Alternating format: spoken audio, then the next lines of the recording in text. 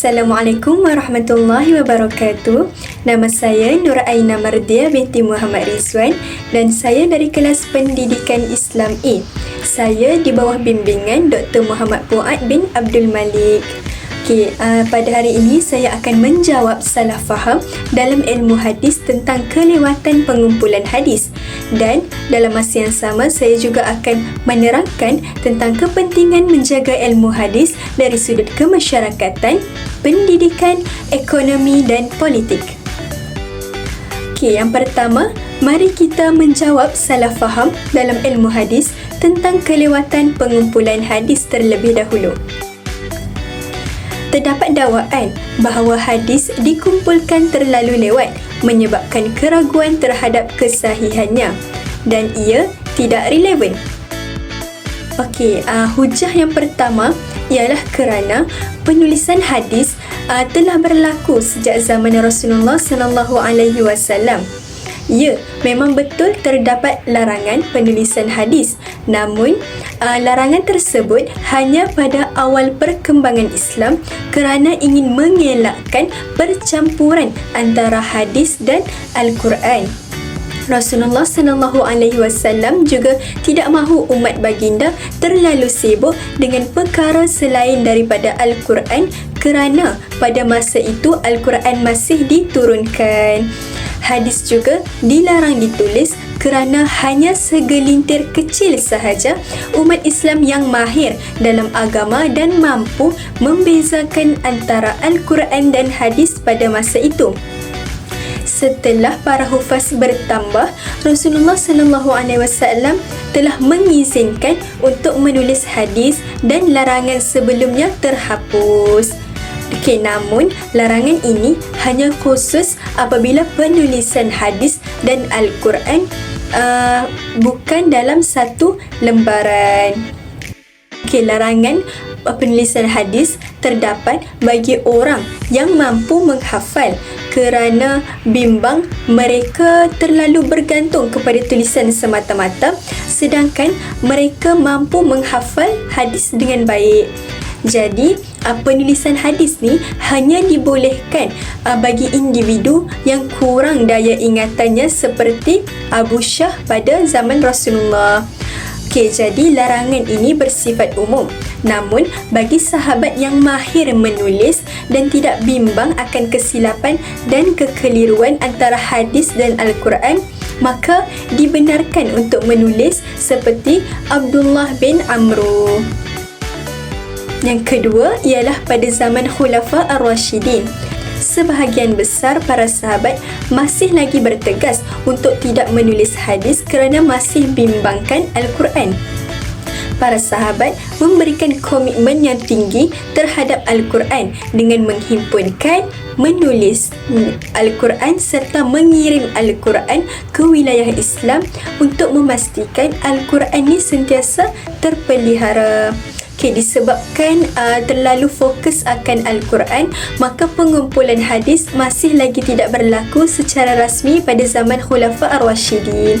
Namun, penulisan hadis ke dalam suhuf telah dilakukan oleh para sahabat seperti suhuf Abu Bakar dan suhuf Sayyidina Ali. Terdapat juga suhuf Sahifah As-Sahihan yang ditulis oleh Hammam bin Munabbih yang diambil terus dari Abu Hurairah radhiyallahu anhu. Yang ketiga ialah pada zaman Khalifah Umar Abdul Aziz. Penulisan hadis ni secara rasminya telah digerakkan oleh Khalifah Umar Abdul Aziz pada akhir abad kedua. Khalifah Umar ni telah melantik beberapa orang tokoh untuk mengumpul hadis seperti Abu Bakar bin Haz, Ibnu Sihab Az-Zuh, Al-Qasim bin Muhammad dan Amrah binti Abdurrahman. Pada zaman Khalifah Umar Abdul Aziz, tiada lagi kebimbangan hadis akan bercampur dengan Al-Quran kerana Al-Quran ni telah dibukukan dalam satu mushaf yang lengkap. Jadi para penghafaz hadis juga ramai yang syahid. Oleh itu, hadis perlu dibukukan pada zaman ini agar hadis ni tidak hilang di telan zaman. Salah satu faktor yang lain juga ialah pada zaman ini kemampuan orang Islam untuk menghafal juga semakin lemah. Jadi penulisan hadis dibolehkan. Dan pada masa yang sama, hadis palsu juga semakin tersebar luas pada zaman ini. Maka penulisan hadis dan pengumpulan hadis telah berlaku secara rasminya sejak zaman Khalifah Umar Abdul Aziz. Berdasarkan hujah yang saya berikan, kelewatan pembukuan hadis ni tidak relevan lah, sebab hadis ni sebenarnya dia telah dijaga dan telah dipelihara sejak zaman Rasulullah sallallahu alaihi wasallam lagi, cuma ia tidak berlaku secara rasmi. Maka apabila berlakunya pemeliharaan hadis ni, maka terdapatlah hadis-hadis yang dapat dirujuk dan digunakan pada zaman kini, seperti hadis yang terdapat dalam Kutubus Sittah dan sebagainya. Seterusnya kita masuk kepada kepentingan menjaga ilmu hadis. Sebab apa pentingnya menjaga ilmu hadis ni? Sebab yang pertama ialah hadis adalah sumber kedua hukum Islam selepas Al-Quran. Yang kedua, ilmu hadis bukan sekadar satu cabang ilmu yang diperoleh untuk tujuan akademik semata-mata. Ilmu hadis ni dia merupakan panduan hidup yang menyentuh pelbagai aspek kehidupan umat Islam. Iaitu umat Islam ni wajib menjaga dan menghargai ilmu hadis. Jadi mari kita lihat kepentingan menjaga ilmu hadis dari sudut kemasyarakatan dan pendidikan. Kepentingan dari sudut kemasyarakatan adalah untuk pembentukan akhlak dan kepribadian yang mulia. Rasulullah sallallahu alaihi wasallam adalah contoh teladan utama bagi umat baginda. Setiap orang yang beriman dituntut untuk mencontohi sifat-sifat terpuji Rasulullah sallallahu alaihi wasallam. Rasulullah juga telah diutuskan kepada umatnya untuk menyempurnakan akhlak mereka. Seperti hadis riwayat Imam Ahmad, innama bu'ithtu li'utammima salihal akhlaq, yang bermaksud sesungguhnya tidak aku diutuskan melainkan untuk menyempurnakan kebaikan akhlak. Jadi setiap perbuatan Rasulullah yang dicatatkan dalam hadis berfungsi sebagai rujukan bagi umat baginda untuk mencontohi akhlak mulia baginda dalam kehidupan seharian. Perkara ni dapat dibuktikan melalui firman Allah Subhanahu wa taala dalam surah Al-Ahzab ayat ke-21. A'udzu billahi minasyaitonir rajim. Laqad kana lakum fi Rasulillah uswatun hasanatun liman kana yarjullaha yawmal akhir wa dzakarallaha katsira. Yang bermaksud, demi sesungguhnya adalah bagi kamu pada diri Rasulullah itu contoh ikutan yang baik, iaitu bagi orang yang sentiasa mengharapkan keredaan Allah dan balasan baik hari akhirat, serta ia pula menyebut dan mengingat Allah banyak-banyak dalam masa susah dan senang. Seterusnya, ilmu hadis ni dia menjadi asas dalam membentuk kepribadian masyarakat yang berakhlak mulia. Contohnya seperti ada hadis tentang kejujuran, ada hadis tentang keikhlasan, hormat menghormati dan amanah. Semua hadis ni boleh membentuk individu yang bertanggungjawab dan menjaga keharmonian sosial. Contohnya terdapat hadis daripada Abu Hurairah radhiyallahu anhu berkata, Rasulullah sallallahu alaihi wasallam bersabda, "Man la yarham la yurham." Yang bermaksud sesiapa yang tidak menghormati, yakni menyayangi orang lain, tidak akan dihormati, yakni tidak akan disayangi. Hadis ini ialah hadis riwayat Imam Al-Bukhari. Dapat disimpulkan di sini bahawa ilmu hadis ni penting dari sudut kemasyarakatan, kerana masyarakat yang berpaksikan prinsip-prinsip hadis ini akan cenderung untuk hidup dalam suasana yang harmoni, suasana yang saling hormat menghormati, mementingkan kesejahteraan bersama dalam masyarakat. Okey, seterusnya kita masuk kepentingan ilmu hadis dari sudut pendidikan. Okey, contohnya ialah pentingnya ilmu hadis ni demi penyebaran ilmu dan pembangunan generasi yang berakhlak mulia. Okey, institusi pendidikan yang menumpukan kepada pengajaran hadis memainkan peranan yang signifikan dalam membentuk generasi yang kaya dengan ilmu dan berakhlak mulia.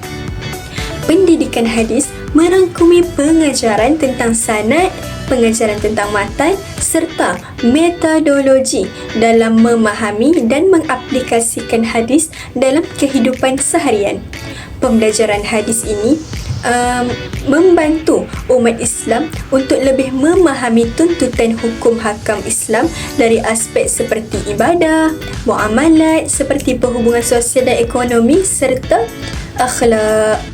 Okey, seterusnya, hadis ni dari sudut pendidikan penting kerana ia dapat memberi gambaran tentang kehidupan Nabi dan masyarakat pada awal Islam. Hadis ni membantu kita memahami Al-Quran dengan cara yang lebih mendalam dan bermakna. Dengan mempelajari hadis, kita dapat bersedia untuk mengharungi cabaran kehidupan moden sambil kita kekal berpegang teguh kepada nilai-nilai Islam. Okey, jadi ilmu hadis ni sangat penting dalam pendidikan agar kita dapat terus untuk menyebarkan ilmu hadis ni dan membangunkan generasi yang berakhlak mulia, seperti sabda Rasulullah sallallahu alaihi wasallam, "Ballighu anni walau ayah", yang bermaksud sampaikanlah kalian daripadaku walaupun sepotong ayat.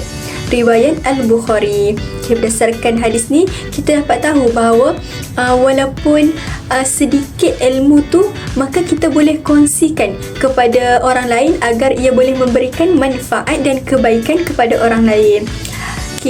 Kita tidak perlu kisah akan kebesaran sesuatu benda.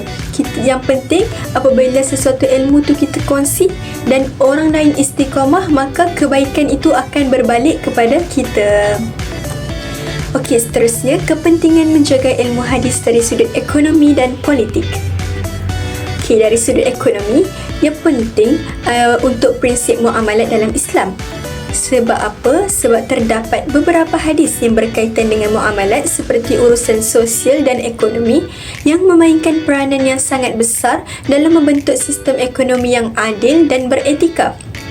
Salah satu prinsip utama yang ditegaskan dalam hadis dari sudut ekonomi ialah larangan terhadap riba. Daripada Abu Hurairah radhiyallahu anhu bahawa Nabi Muhammad sallallahu alaihi wasallam bersabda yang bermaksud, "Jauhilah kamu daripada 7 dosa besar ini, iaitu perkara yang membinasakan." Para sahabat bertanya, "Apakah ia, wahai Rasulullah?" Rasulullah sallallahu alaihi wasallam bersabda, "Syirik kepada Allah, sihir, membunuh jiwa yang telah diharamkan oleh Allah melainkan dengan kebenaran, memakan riba, memakan harta anak yatim, melarikan diri dari peperangan dan menuduh wanita yang beriman dengan berzina." Riwayat Al-Bukhari dan Muslim. Hadis larangan terhadap riba ni dia dapat juga disokong dan dikukuhkan lagi oleh firman Allah Subhanahu Wa Taala dalam surah Al-Baqarah ayat 275. A'udzubillahi minasyaitonirrajim wa ahallallahu al-bai'a wa harrama ar-riba, yang bermaksud padahal Allah telah menghalalkan jual beli iaitu berniaga dan mengharamkan riba. Hadis yang berkaitan riba ni dia telah menekankan agar umat Islam ni menghindari amalan tersebut yang mengandungi ketidakadilan terhadap orang yang memerlukan. Terdapat juga hadis yang menekankan kepentingan keadilan dan kejujuran dalam perdagangan dan perniagaan. Seperti hadis riwayat Muslim, "Wa man ghasyana falaysa minna."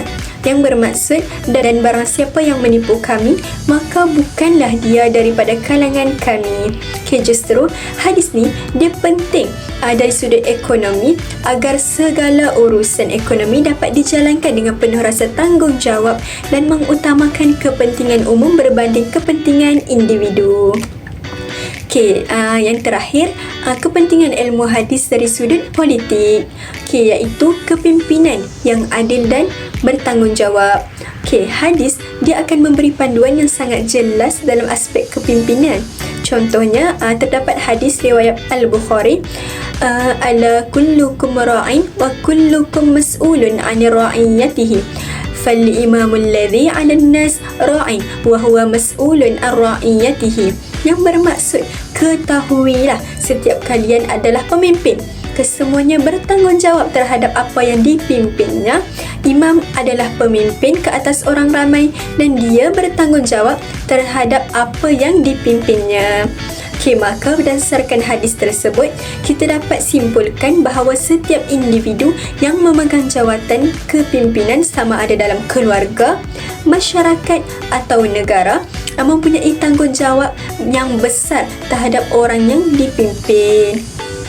Okey, seterusnya, pemimpin yang berpegang teguh pada prinsip-prinsip hadis akan memimpin dengan adil, mengutamakan kesejahteraan rakyat dan menjauhkan diri dari penyelewengan dan ketidakadilan.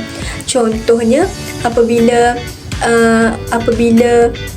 seorang pemimpin tu bersikap tanggungjawab dan amanah, maka dia tidak akan melakukan perkara-perkara yang dilarang dan perkara-perkara yang salah di sisi Islam.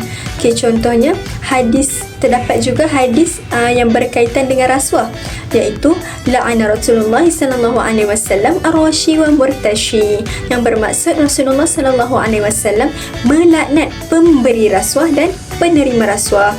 Okay, jadi apabila terdapat hadis yang berkaitan dengan politik, maka apabila seorang pemimpin tu betul-betul amanah dan menerapkan Al-Quran dan hadis dalam hidup, maka ia akan berpegang teguh dengan hadis tersebut dan akan mengelakkan perkara-perkara yang salah seperti dalam hadis rasuah tadi. Maka sebagai pemimpin Islam, kita harus mencontohi sifat-sifat baginda yang adil, bijaksana dan penuh kasih sayang terhadap rakyat. Okey, ini ialah sumber rujukan. Sekian, terima kasih.